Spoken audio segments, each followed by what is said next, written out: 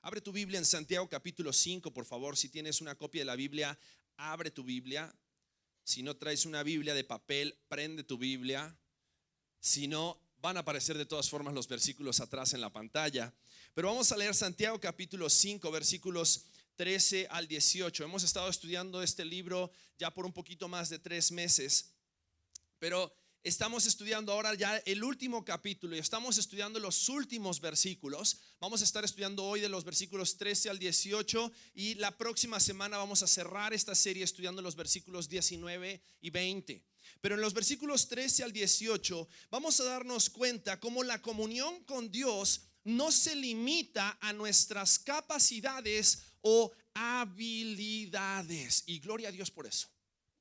Gloria a Dios que Dios no nos recibe solamente cuando nosotros venimos limpios, cuando nosotros venimos perfectos, cuando nosotros ya somos completamente maduros, sino que Dios se encuentra con nosotros, nos encuentra en medio de nuestra debilidad, en medio de nuestra flaqueza, en medio de nuestro pecado, nos encuentra, corre a nosotros, nos abraza, nos rescata, nos limpia para que podamos disfrutar de una comunión con Él. Y Santiago capítulo 5 versículos 13 al 18 dice así la palabra de Dios. Voy a leer de la Reina Valera 1960. Dice así: ¿está alguno entre vosotros afligido? Haga oración. ¿Está alguno alegre? Cante alabanzas. ¿Está alguno enfermo entre vosotros? Llame a los ancianos de la iglesia y oren por él, ungiéndole con aceite en el nombre del Señor. Y la oración de fe salvará al enfermo, y el Señor lo levantará. Y si hubiere cometido pecados, le serán perdonados. Confesaos vuestras ofensas unos a otros y orad unos por otros para que seáis sanados. La oración eficaz del justo puede mucho. Elías era hombre sujeto a pasiones semejantes a las nuestras y oró fervientemente para que no lloviese, y no llovió sobre la tierra por 3 años y 6 meses. Y otra vez oró y el cielo dio lluvia y la tierra produjo su fruto. Ahora, en este pasaje vamos a encontrar varias verdades que nosotros tenemos que aplicar a nuestras vidas, y vamos a tratar de ser lo más prácticos acerca de lo que Dios nos enseña para que nosotros podamos disfrutar de esta comunión con Dios. Porque si nosotros creemos que la comunión con Dios no es algo que nosotros merezcamos, sino es por la gracia de Dios, es constantemente que nosotros necesitamos recordarnos a nosotros mismos cuánto necesitamos de esa gracia, cuánto necesitamos de Dios. Por eso la primera parte del versículo 13 nos muestra que la oración es lo primero que nosotros necesitamos para disfrutar de esta comunión con Dios, porque la oración es más que un deber, es nuestro deleite. La oración es más que un deber, es nuestro deleite. ¿Y por qué digo esto? Fíjate cómo dice: ¿está alguno entre vosotros afligido? ¿Y qué dice? Haga oración. Fíjate que es interesante que Dios no está esperando que solamente oremos y le reconozcamos cuando todo va bien, sino que Él dice: estás afligido, lo que necesitas es orar. ¿Y por qué necesitamos orar? Porque cuando nosotros oramos, estamos recordando que Dios es un Dios mucho más grande que nosotros, y lo que para nosotros es un obstáculo grande, para Dios es un obstáculo pequeño. Y la realidad es que la oración pone todas las cosas en perspectiva. Porque muchas veces en nuestras fuerzas, en nuestras capacidades, nos sentimos afligidos. Vemos ese obstáculo delante de nosotros, vemos ese problema familiar, vemos ese problema laboral, vemos esa situación interpersonal y decimos: esto jamás va a cambiar. Esto siempre va a ser de la misma forma. ¿Qué necesitamos hacer en medio de nuestra aflicción? Dice, debemos ¿qué? Orar. Debemos orar. Y sabes, la oración más que un deber debería ser nuestro deleite. La oración debería ser aquello en lo cual nosotros encontramos y renovamos nuestras fuerzas. porque entonces recordamos de que todas las situaciones por las cuales nosotros estamos pasando no necesitan estar bajo nuestro control cuando nosotros descansamos que están bajo el control de Dios. Entonces podemos acudir a Dios en oración, aquel que tiene el control de todas las cosas. Hemos estado hablando acerca de la prueba y hemos estado hablando acerca de situaciones difíciles de la vida y cómo la prueba es parte del proceso de Dios para purificarnos, pero también para que nuestros corazones lo busquen a Él únicamente en lugar de tratar de solucionar nosotros nuestros problemas. Por lo tanto, la oración me enseña a poder depender más y más de Dios y deleitarme en que Él tiene la solución todos mis problemas. En Cristo Jesús, tenemos la solución para el problema más grande, ese problema de separación con Dios a causa de nuestro pecado. Y Él cargó, dice la palabra de Dios, en esa cruz todos nuestros dolores, todas nuestras aflicciones. Todos nuestros pecados fueron puestos sobre Él para que nosotros, mientras estamos sobre esta tierra, si estamos afligidos, hagamos ¿qué? Oración, confiando en aquel que ya venció todo en la cruz del Calvario. No significa que tal vez las situaciones terrenales en ese momento van a terminar, pero aún si quedas en medio de esas situaciones, vas a poder confiar en que no estás solo. Vas a poder confiar en que Dios tiene en sus manos todas las cosas.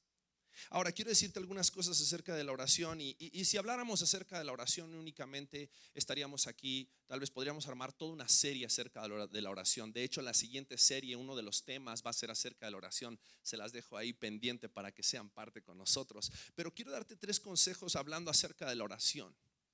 Porque muchas veces sabemos lo importante que es orar y encontramos en las epístolas paulinas el hecho de orar sin cesar y hemos escuchado acerca de la importancia y el poder de la oración, pero muchas veces no priorizamos la oración. Y eso es lo primero que quiero decirte.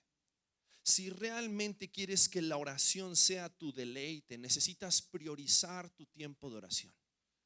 Necesitas darle importancia, necesitas darle prioridad en tu vida. Y no solamente el hecho de levantarte, porque muchas veces yo le pregunto a las personas, digo, oye, ¿tuviste un tiempo de oración el día de hoy? Me dicen, sí, claro, Pablo, cuando me levanté le di gracias a Dios por el día.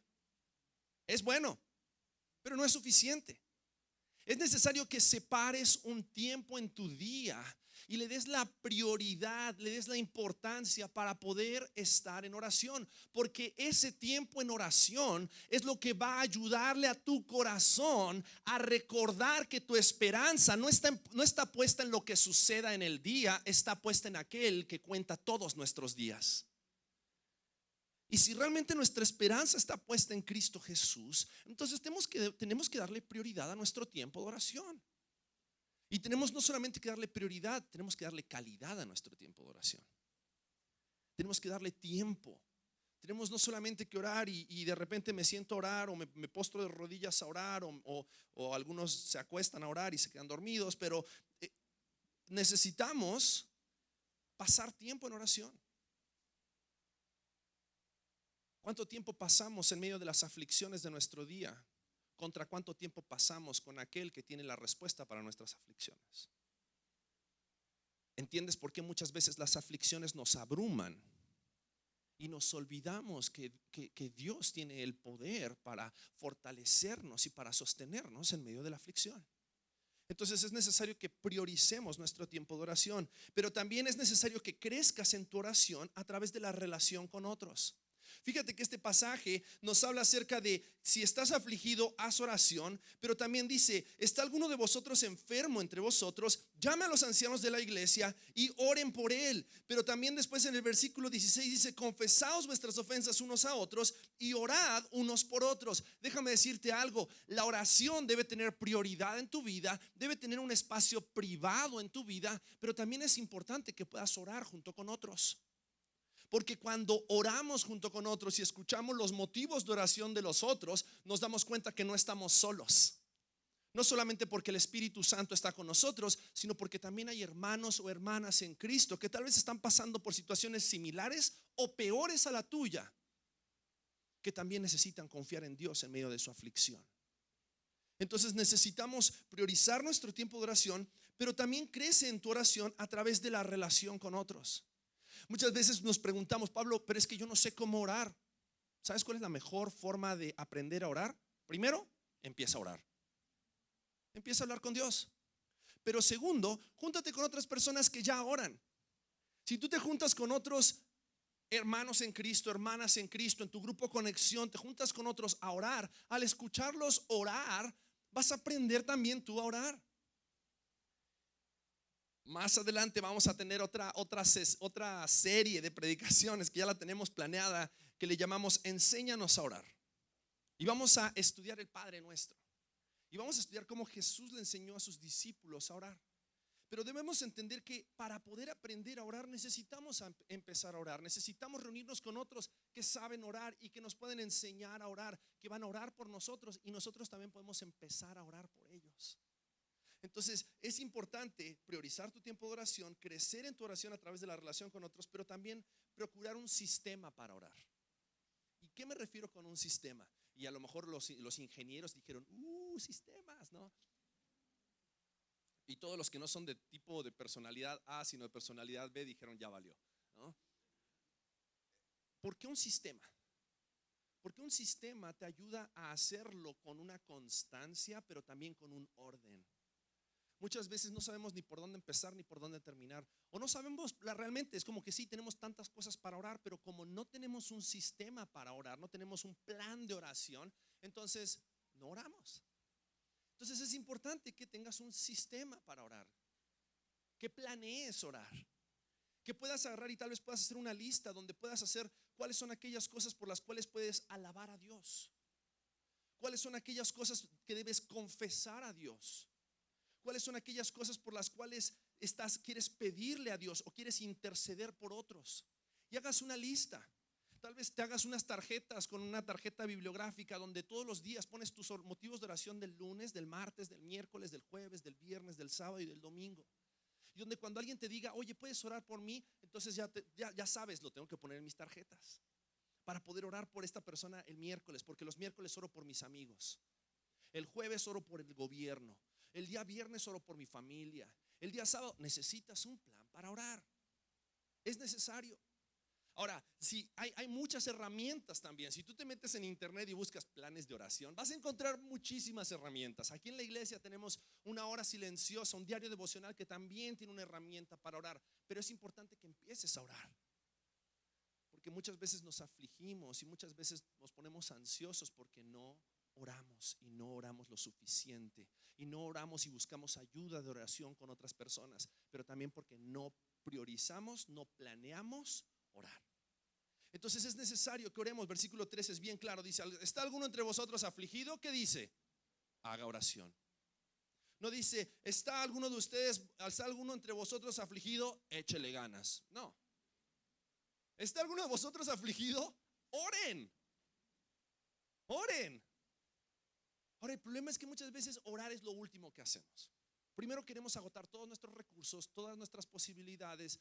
Queremos ver si realmente sacamos, y si no, entonces Dios, ¿sabes qué? Estoy hasta el cuello con esta deuda. Estoy hasta el cuello con problemas en mi matrimonio. Estoy hasta el cuello con problemas tal vez laborales o lo que sea que en este momento te está afligiendo. Déjame darte la respuesta de Dios, palabra de Dios para ti acerca de qué hacer. Ora. Empieza a orar. Pero después dice, ¿está alguno entre vosotros afligido? Dice, haga oración. Y después dice, ¿está alguno alegre? ¿Y qué dice? Cante alabanzas. Dice, ¿estás afligido? Haz oración. ¿Estás alegre? Canta alabanzas. ¿Por qué? Fíjate, quiero decirte tres cosas que hacen las alabanzas o cantar en nuestros corazones. Primero, cantar afirma las verdades de Dios en nuestros corazones. No sé si te diste cuenta, pero cuando Brian comenzó leyendo un pasaje de la palabra de Dios, y después de ese pasaje cantamos una canción que hablaba acerca de lo que ese pasaje decía. Cada una de las canciones que cantamos aquí en Lumina nos esforzamos porque tengan un refuerzo bíblico. Si solamente son canciones que hablan de lo bonito que es Dios, pero no reflejan lo que la palabra de Dios enseña acerca de Dios, no las cantamos. Porque lo que cantamos tiene que afirmar las verdades de Dios en nuestros corazones. Fíjate lo que dice Colosenses 3:16.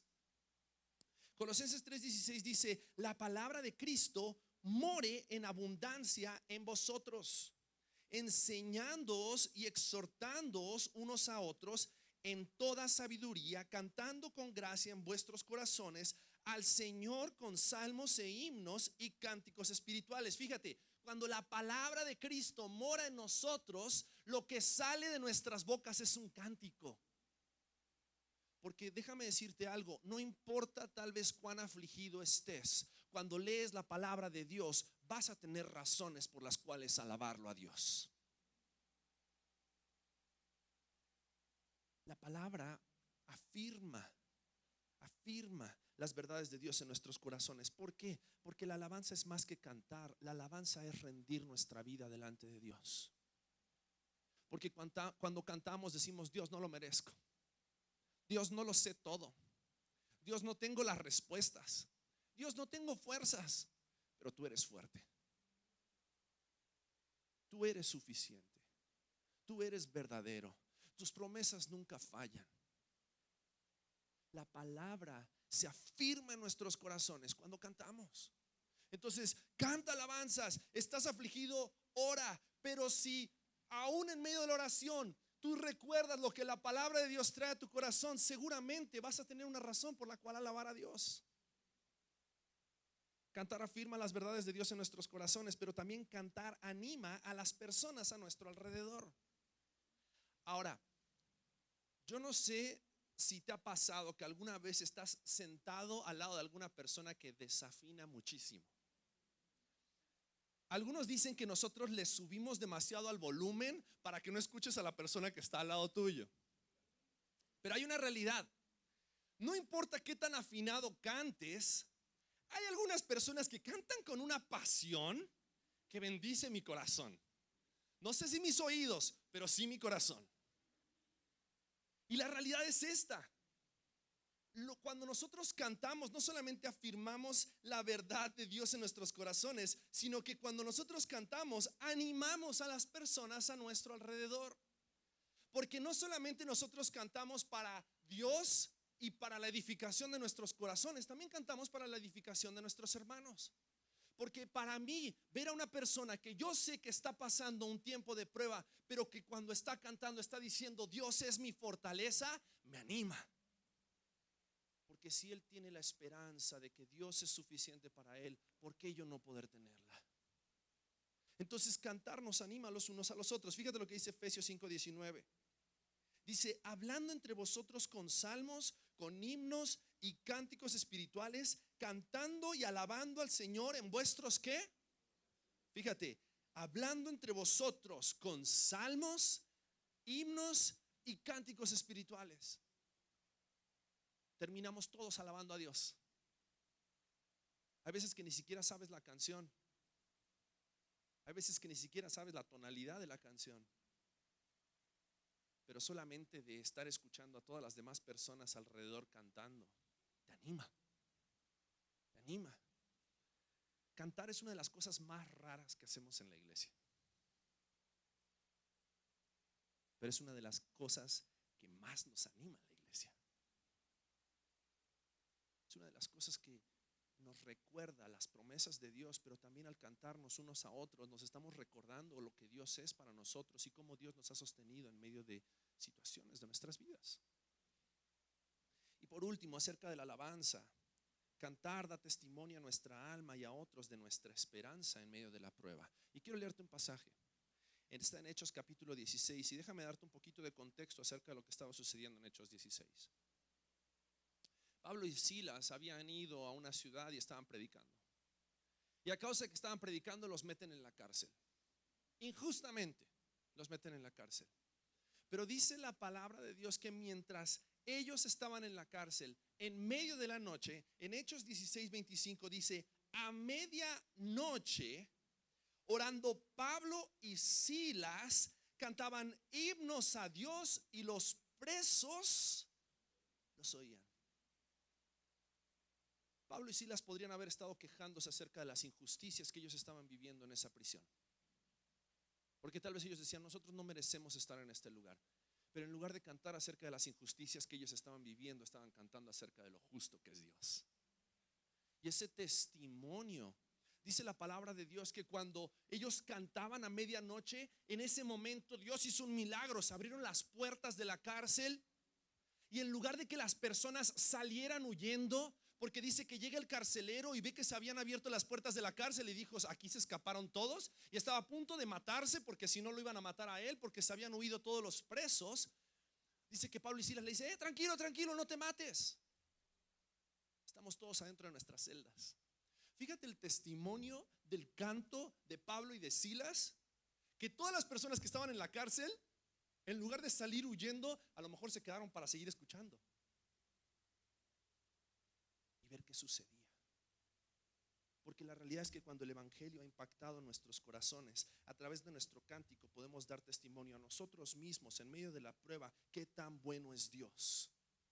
Pero al mismo tiempo podemos dar testimonio a otros de que ese Dios que nos salvó también tiene poder para salvarlos a ellos. Entonces es importante cantar, es importante orar, es importante cantar. ¿Por qué? Porque la comunión con Dios no se limita a nuestras capacidades. No tienes que ser un gran orador para que Dios te escuche. La Biblia dice que Dios está esperando solamente escuchar tu oración. Está listo para interceder por ti, pero Él quiere que tú ores en medio de tu aflicción. Pero Él también quiere que tú cantes. Quiere que tú le digas, nos digas, compartas con otros lo bueno que es Dios para ti. Pero también, por último, no solamente tenemos que orar, no solamente tenemos que alabar, sino que este pasaje también nos habla acerca de la confesión. Debemos confesar. Sabes, la comunión con Dios, esta relación que Dios ahora nos permite tener por medio de Jesucristo, es fundamental para nuestras vidas. Y en medio de esta comunión tenemos la oportunidad de orar, tenemos la oportunidad de alabar, pero también tenemos la oportunidad de confesar. Fíjate lo que dice en el versículo 14, y estos versículos son muy complejos. Versículos 14, 15 y 16. Dice: ¿está alguno enfermo entre vosotros? Llame a los ancianos de la iglesia y oren por él, ungiéndole con aceite en el nombre del Señor. Y esta era una práctica que se llevaba a cabo comúnmente en la iglesia. Cuando alguien estaba enfermo, llamaba a los ancianos para que oren por él, pero también le ungían con aceite. Y esta unción con aceite no era porque el aceite tal vez tiene un significado espiritual, sino porque tiene un significado médico. Recordemos que en ese tiempo no había aspirinas, no había antibióticos como los conocemos hoy, pero sí había tal vez una medicina tradicional. No eran aceites esenciales para todos los que ya estaban a punto de sacar sus manuales de doTERRA, ¿okay? Eran aceites medicinales. Y entonces la idea tiene que ver con que llamaban a los ancianos para que los ancianos oren por ellos, pidiendo a Dios que sea Dios quien traiga sanidad, pero al mismo tiempo aplicaban un aceite medicinal para pedir la gracia de Dios para su sanidad, pero también aplicando la gracia común de Dios a través de un aceite medicinal. Pero después en el versículo 15 dice algo interesante, porque dice: y la oración de fe, y no dice sanará al enfermo. ¿Qué dice? Salvará al enfermo. Y aquí es donde se empieza a complicar este pasaje, porque está hablando acerca de cómo la oración, fíjate, tiene el poder para salvar al enfermo. Y dice: y el Señor lo levantará, y punto y coma, y da la explicación: y si hubiere cometido pecados, les serán perdonados. Y este pasaje está hablando acerca de algo muy interesante, porque tal vez hay algunas enfermedades que podemos llegar a estar experimentando, no como el juicio de Dios en nuestras vidas, pero como consecuencia del pecado en nuestras vidas. Y este pasaje está diciendo: ora a Dios, pide a Dios, reconoce delante de Dios, porque tal vez algunas de las cosas que estás pasando, tal vez sí tienen que ver con pecado en tu corazón. Tal vez sí tienen que ver con prácticas pecaminosas. Por lo tanto, confiesa tus pecados, Y esos pecados, dice 1 Juan 1:9, si confesamos nuestros pecados, Él es fiel y justo para perdonar nuestros pecados y limpiarnos de toda nuestra maldad. Y tal vez en medio de la sanidad podamos reconocer la gracia de Dios, pero aún en medio de la enfermedad podamos reconocer que su gracia es suficiente para sostenernos, para fortalecernos. Entonces este pasaje nos habla acerca de que debemos de confesar. Y fíjate el versículo 16: confesaos vuestras ofensas unos a otros y orad unos por otros para que seáis ¿qué? Sanados. La oración eficaz del justo puede mucho. Y aquí no tiene que ver que si tú tienes más fe, tienes más poder para ser sanado. Porque déjame decirte algo. Si podemos orar y si podemos ser llamados justos, es solo por la gracia y la justicia de Dios en nuestras vidas. Por lo tanto, lo que está enseñándonos este pasaje es: ten cuidado, porque si Dios nos ha dado esta comunión en Cristo Jesús, es para que tú sepas que Dios está listo para responder a tus oraciones.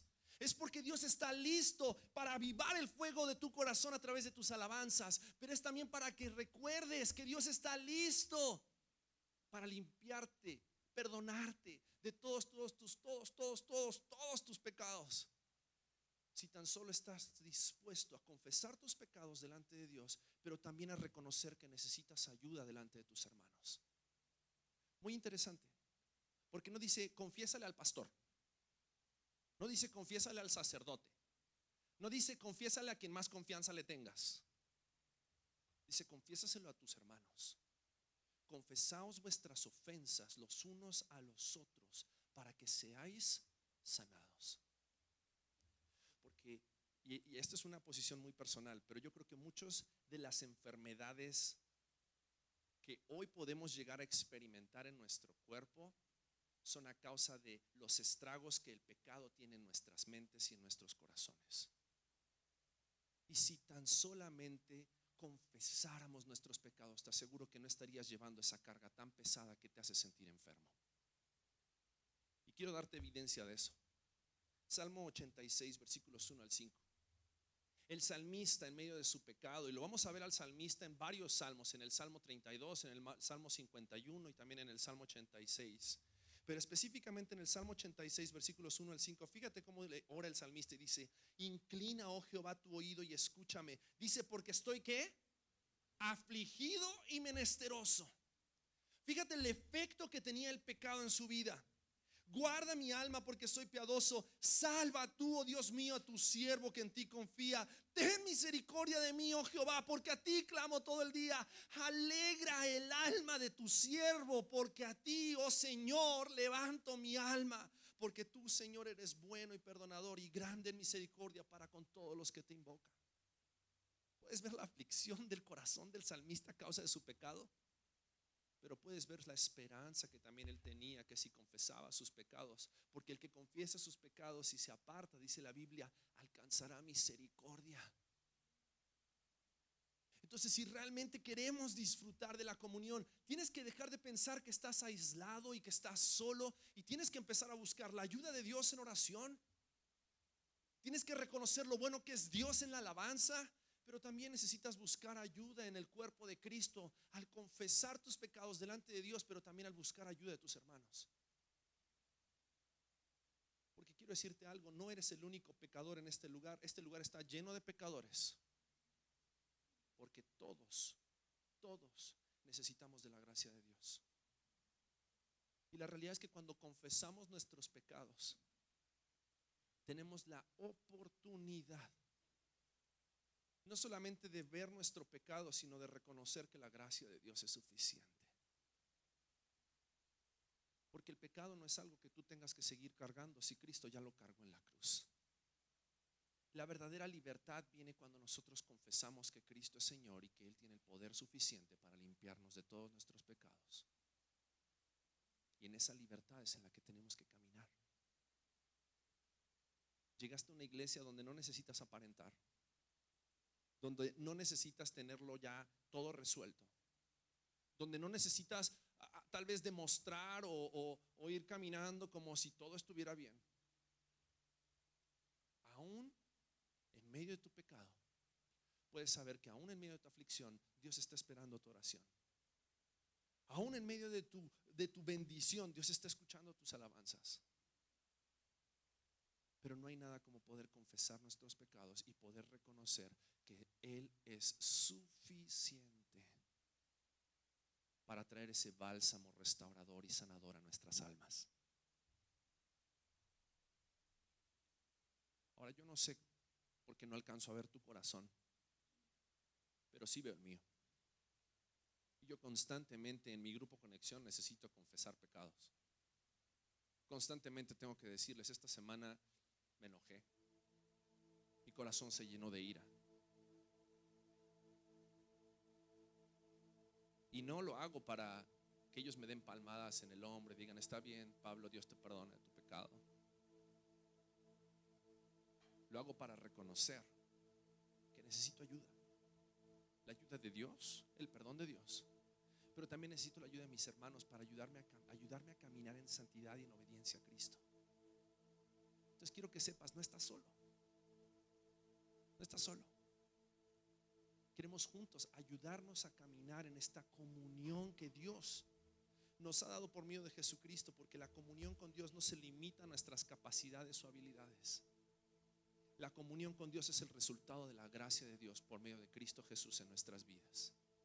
Entonces no olvidemos cuánto necesitamos de Cristo, pero cuánto tenemos también en Él.